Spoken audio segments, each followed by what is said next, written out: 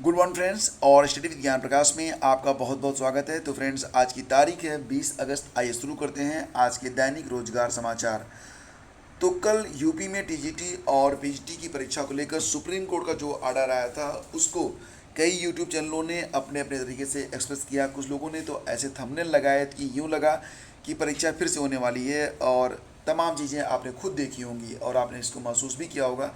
वास्तविकता यहाँ पर मात्र यही थी कि तदर्थ शिक्षक जो आवेदन नहीं कर पाए थे उन्होंने यह याचिका दायर की थी, और इस पर जो आदेश आया है, ऑर्डर आया है, उसमें ये बात कही गई है कि अंबेडकर नगर में तथाकथित जिस सेंटर पर धांधली के बारे में सूचना प्राप्त हो रही है, अगर आयोग उस सेंटर पर फिर से परीक्षा करवा रहा है तो ऐसी कंडीशन में ऐसे अभ्यर्थी जो कि तदर्थ शिक्षक के अंतर्गत थे और आवेदन नहीं कर पाए थे, तो उनके आवेदन को लेकर ही फिर से परीक्षा करवाई जाए। तो यहाँ पर ये बात कही गई है, लेकिन ऐसा पॉसिबल नहीं दिखता है प्रैक्टिकली। अगर ऐसा होता है तो फिर स्केलिंग होगी, और स्केलिंग के बाद पता नहीं क्या क्या होने वाला है। तो पॉसिबिलिटी इसकी बहुत ही कम प्रतीत हो रही है। तो ये छोटी सी न्यूज़ थी और इसको जो है एक बड़ी हाइप दी गई। फिलहाल आगे बढ़ते हैं। आपको ये बता दें कि प्रदेश के जो युवा हैं उनको 1 करोड़ टैबलेट और फ़ोन देने की बात कही जा रही है उत्तर प्रदेश में। तो यहाँ पर मुख्यमंत्री योगी आदित्यनाथ ने गुरुवार को विधानसभा में 1 करोड़ युवाओं को टैबलेट और स्मार्टफोन देने की बात कही है। राज्य कर्मचारियों को 28% डीए भी देने की बात कही गई, और आंगनवाड़ी कार्यकर्तियों का जो मानदेय है उसको बढ़ाने की घोषणा भी की गई है। तो ऐसे युवा जो प्रतियोगी परीक्षाओं में बैठ रहे हैं उन्हें 3 बार आने जाने का यात्रा भत्ता भी मिलेगा, और 3,000 करोड़ रुपए का एक कोष टैबलेट और स्मार्टफोन के लिए स्थापित किया गया है। और ऐसे स्टूडेंट जो तकनीकी शिक्षा ग्रहण करेंगे तो उनको जो है टैबलेट दिया जाएगा। तो ये बातें कल कही गई हैं। मुख्यमंत्री ने विधानसभा में बजट चर्चा का जवाब देते हुए कहा कि प्रदेश का नौजवान अब मुंह छुपाते नहीं फिरेगा, वह गर्व से कहता है कि वह यूपी का है। और इसी के साथ थोड़ा सा और आगे बढ़ते हैं, चलते हैं अगली खबर पे। तो बात हो रही है यहाँ पर स्टाफ नर्स के लिए जो 3012 पदों पर आवेदन लिए जा रहे थे, अब उसकी डेट बढ़ाकर 3 सितंबर कर दी गई है। तो फ्रेंड्स, चिकित्सा और स्वास्थ्य सेवाएं विभाग और चिकित्सा शिक्षा और प्रशिक्षण विभाग में पूर्व से संविदा के आधार पर कार्यरत स्टाफ नर्सों को आयु सीमा में सशर्त छूट देते हुए मौका दिया गया है। आयोग ने 16 जुलाई को जारी विज्ञापन में संशोधन करते हुए संविदा के आधार पर कार्यरत स्टाफ नर्स को अधिकतम 15 अंक देने की व्यवस्था की है। इच्छुक अभ्यर्थी 31 अगस्त तक ऑनलाइन फीस जमा कर सकते हैं और 3 सितंबर तक आवेदन सबमिट कर सकते हैं। तो इसी के साथ देखिए यहाँ पर 200 से अधिक चालकों की होगी भर्ती परिवहन विभाग में। तो बात यहाँ पर की जा रही है कि आवेदन की प्रक्रिया जो है शुरू हो गई है। 200 से अधिक पदों पर संविदा चालकों की भर्ती होगी, और परिचालकों की जो भर्ती होगी ये लखनऊ स्थित मुख्यालय से होगी। तो प्रयागराज रीजन में 8 डिपो आते हैं। इसमें पिछले कई महीनों से चालकों की कमी है, ड्राइवर्स की कमी है। Prayag depot, leader road depot, civil lines depot, zero road depot के अलावा प्रतापगढ़ डिपो, मिर्ज़ापुर डिपो, बादशाहपुर और लाल गोपालगंज डिपो ये प्रयागराज रीजन में है। तो यहाँ पर जो आवेदन है वो शुरू हो गए हैं, और इसके लिए जो एलिजिबिलिटी है वो 8 पास है, और ऊंचाई जो है 5 फीट होनी चाहिए। आवेदन के चंद दिनों के बाद रीजन में बसों को चलाने का ट्रेनिंग होगा, और ट्रेनिंग के लिए आपको कानपुर भेजा जाएगा। कानपुर से लौटने के बाद संविदा चालकों को उनके पदों पर नियुक्त कर दिया जाएगा। देखिए फ्रेंड्स, पीजीटी के बारे में जो हिंदी की परीक्षा हुई है उसमें 90% प्रश्न और उनके विकल्प में त्रुटियों की बात कही जा रही है। तो जैसा कि आप जानते हो, प्रवक्ता के जो आंसर की है उत्तरमाला है पीजीटी की, वो जारी कर दी गई है। तो यहाँ पर भाषा विज्ञानी पंडित पृथ्वीनाथ पांडे के अनुसार प्रश्न पत्र के 90% प्रश्न और उनके विकल्प में प्रयुक्त शब्द वाक्य विन्यास दिए गए विकल्प में मूल तथ्य, व्याकरण और भाषा विज्ञान आदि की दृष्टि से पूर्णतः अशुद्ध है। तो ये बात कही गई है। बुकलेट सीरीज का प्रश्न एक ही अशुद्ध है कि उसमें बरवय नामिका के कवि का नाम पूछा गया है, जबकि रहीम की रचना का नाम है बरवय नायिका। और प्रश्न 2 में उत्तर रामचरित अंकित है, जबकि भवभूत की मूल पुस्तक का नाम उत्तर रामचरित है। प्रश्न 12 का कोई विकल्प सही नहीं है।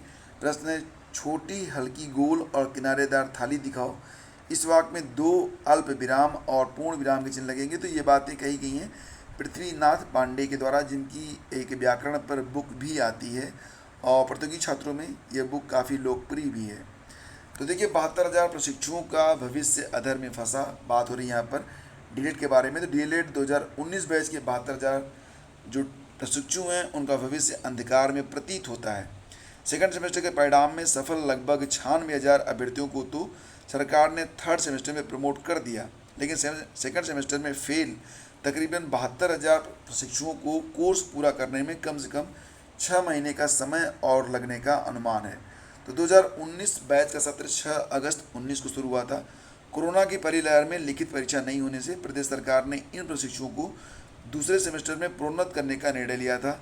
दूसरे सेमेस्टर की परीक्षाएं 30 अक्टूबर से 11 नवंबर तक कराई गई थी, जिसमें पंजीकृत कुल 1,72,738 प्रशिक्षुओं में से 1,69,812 शामिल हुए।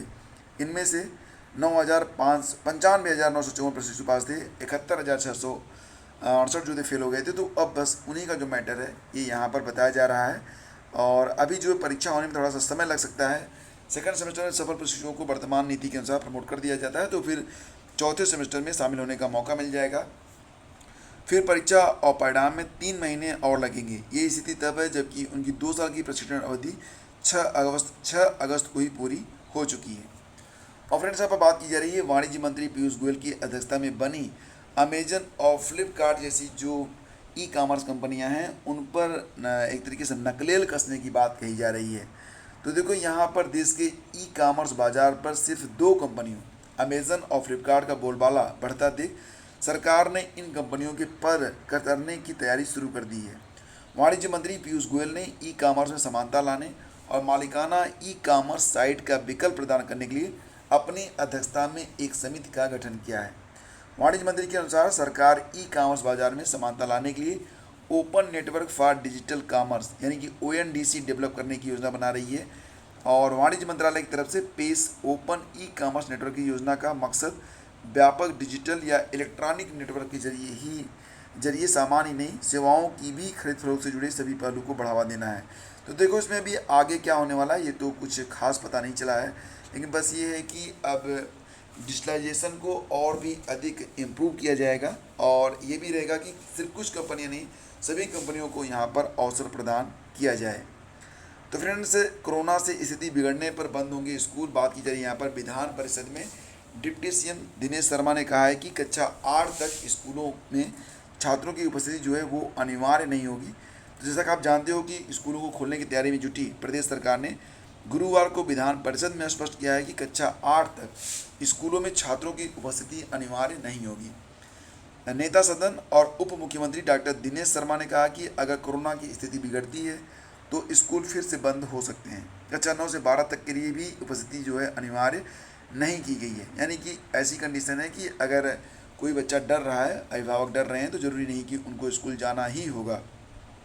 तो नेता सदन ने शिक्षक दल के सदस्य ध्रुव कुमार त्रिपाठी के सवाल के जवाब में कहा कि अभिभावकों, शिक्षकों और राजनीतिक संगठनों ने भी कहा है कि ऑफलाइन शिक्षा शुरू की जानी चाहिए, भले ही ये छोटी अवधि के लिए हो। उन्होंने कहा कि यूपी में वर्तमान माहौल पर्याप्त रूप से सुरक्षित है, लेकिन कोरोना को लेकर अगर जरा सी भी चिंता की बात होगी तो हम स्कूलों को बंद भी कर सकते हैं। उन्होंने कहा कि स्कूलों में सुरक्षा के पर्याप्त इंतजाम है। यदि किसी बच्चे में बुखार या अन्य लक्षण दिखेंगे तो उसे तत्काल छुट्टी दे दी जाएगी। सपा सदस्य शतरुद्र प्रकाश ने कहा कि क्या छोटे बच्चों का बिना टीकाकरण स्कूल जाना खतरनाक नहीं है। तो इस पर स्वास्थ्य मंत्री जय प्रताप सिंह ने बताया कि अभी 18 वर्ष से कम उम्र के बच्चों के लिए टीका उपलब्ध नहीं है। सितंबर तक टीका आने की उम्मीद है और इसके बाद निर्णय लिया जाएगा। और फ्रेंड्स, देखिए यहाँ पर बात कर रहे हैं अब यूपी SSC PT परीक्षा के बारे में। तो यहाँ पर कुछ बहुत ही महत्वपूर्ण अनुदेश हैं। अगर आप इस परीक्षा में शामिल होने वाले हैं तो ध्यान से इन अनुदेशों को आप देख लीजिए। देखिए, अभ्यर्थियों को सूचित ये किया जाता है कि उनके द्वारा OMR उत्तर पुस्तिका में 4 अंकों का वही परीक्षा केंद्र कोड भरा जाएगा जो कि केंद्र अधीक्षक द्वारा परीक्षा प्रारंभ होने के पूर्व घोषित किया जाएगा, और कक्ष अंतरीक्षक द्वारा अपने कक्ष में अभ्यर्थियों को सूचित करते हुए ब्लैक बोर्ड पर अंकित किया जाएगा। प्रवेश पत्र में उल्लिखित जिला कोड व परीक्षा केंद्र कोड केवल कार्यालय के उपयोग के लिए है और इस विवरण को OMR उत्तर पुस्तिका में नहीं भरा जाना है। तो इस बात का आप लोग ध्यान ज़रूर दीजिएगा, ठीक है। और देखिए, यहाँ पर परीक्षा केंद्र में प्रवेश के पूर्व अभ्यर्थियों की जाँच की जाएगी। तो अभ्यर्थीगण आयोग द्वारा निर्गत प्रवेश पत्र और अपने फोटो युक्त पहचान पत्र जैसे कि Aadhaar card, DL, passport, PAN card, मतदाता पहचान पत्र की मूल प्रति और छाया प्रति और नवीनतम पासपोर्ट साइज की 2 फोटो जिसके पीछे अभ्यर्थी का नाम और रोल नंबर लिखा हो लेकर जाना है। तो ये चीज़ें तो अभी से तैयारी कर लो, क्योंकि अगर एग्ज़ाम करीब आ गया तो फ़ोटो वगैरह बनवाने में आपको दिक्कत होगी। तो जो भी आपको फ़ोटो आईडी लेकर जाना है और जो फ़ोटो आपने लगाया था आवेदन करते समय, वही फ़ोटो डेवलप करवा के अपने पास अभी से रख लो। और आवेदक जब परीक्षा कक्ष में जाएगा तो केवल प्रवेश पत्र, मूल पहचान पत्र और जो चीज़ें आवश्यक हमें बताई जा रही हैं, नीला या काला बॉल पॉइंट पेन लेकर ही जाएगा। और मास्क और सैनिटाइजर की बोतल भी लेकर जा सकते हैं, लेकिन एक बात ध्यान रखना कि घड़ी अनुमन्य नहीं है। किसी भी तरह की जो हाथ की घड़ी है वो अनुमन्य यहाँ पर नहीं है। कोई विद्युत सामग्री या तार, कोई भी सामग्री जो धातु से बनी हो, कान में लगी किसी तरह की मशीन, कागज़ पर बनी सारणी, ग्राफ शीट, कुछ भी यहाँ पर मान्य नहीं होगा। तो इसको भी आपको ध्यान रखना है। और ऋणात्मक अंकन है तो आपको जो है सावधानी से प्रश्नों का उत्तर देना है। गलत उत्तर देने पर 1/4 अंक काटे जाएंगे और उत्तर न देने पर कोई अंक नहीं कटेगा, ठीक है। और ये भी आप ध्यान रखना कि यदि अभ्यर्थी के पास परीक्षा में नकल करने की कोई सामग्री पकड़ी जाती है तो परीक्षा विशेष से आयोग की आगामी परीक्षाओं और चयनों से अभ्यर्थी को वंचित भी किया जा सकता है। व्हाइटनर, ब्लेड और रबड़ का प्रयोग करना वर्जित है, इस बात का ध्यान रखना। आपकी जो बुकलेट है वो भी जमा हो जाएगी और सिर्फ आपको एक जो OMR शीट होगी उसकी तीसरी प्रति आपको दी जाएगी। तो ये सारी बातें बहुत इंपॉर्टेंट हैं, आपको फोकस में रखने के लिए ये बातें मैं बता रहा हूँ। और देखो फ़ोटो बनवा के अभी रख लेना। और देखो आज भी आपको जो है ये लास्ट डेज है, अब बार बार ये डेट नहीं बढ़ेगी। कल से आपको जो है नियमित जो रेगुलर प्राइस है उस पर ही ये PDF उपलब्ध हो पाएगी। तो एक्स्ट्रा 20% की जो छूट फ्रीडम सेल पर आपको अवेल करवाई गई थी, ये छूट आज भी आप उठा सकते हैं 8 महीने के संपूर्ण करंट अफेयर और मंथली करंट अफेयर पर भी। तो फ्रेंड्स आज ये जो PDF है, तो 8 महीने की PDF आपको 112 रुपये और जो मंथली PDF है मात्र 16 रुपये में उपलब्ध है। तो फ्रेंड्स इस अवसर का लाभ ज़रूर उठाइएगा, क्योंकि ये जो इन्वेस्टमेंट है ये आपके करियर के लिए है, आपके अपने लिए है और आपके पैसे का इससे बेहतर सदुपयोग नहीं हो पाएगा। Thank you so much, have a great day, जय हिंद।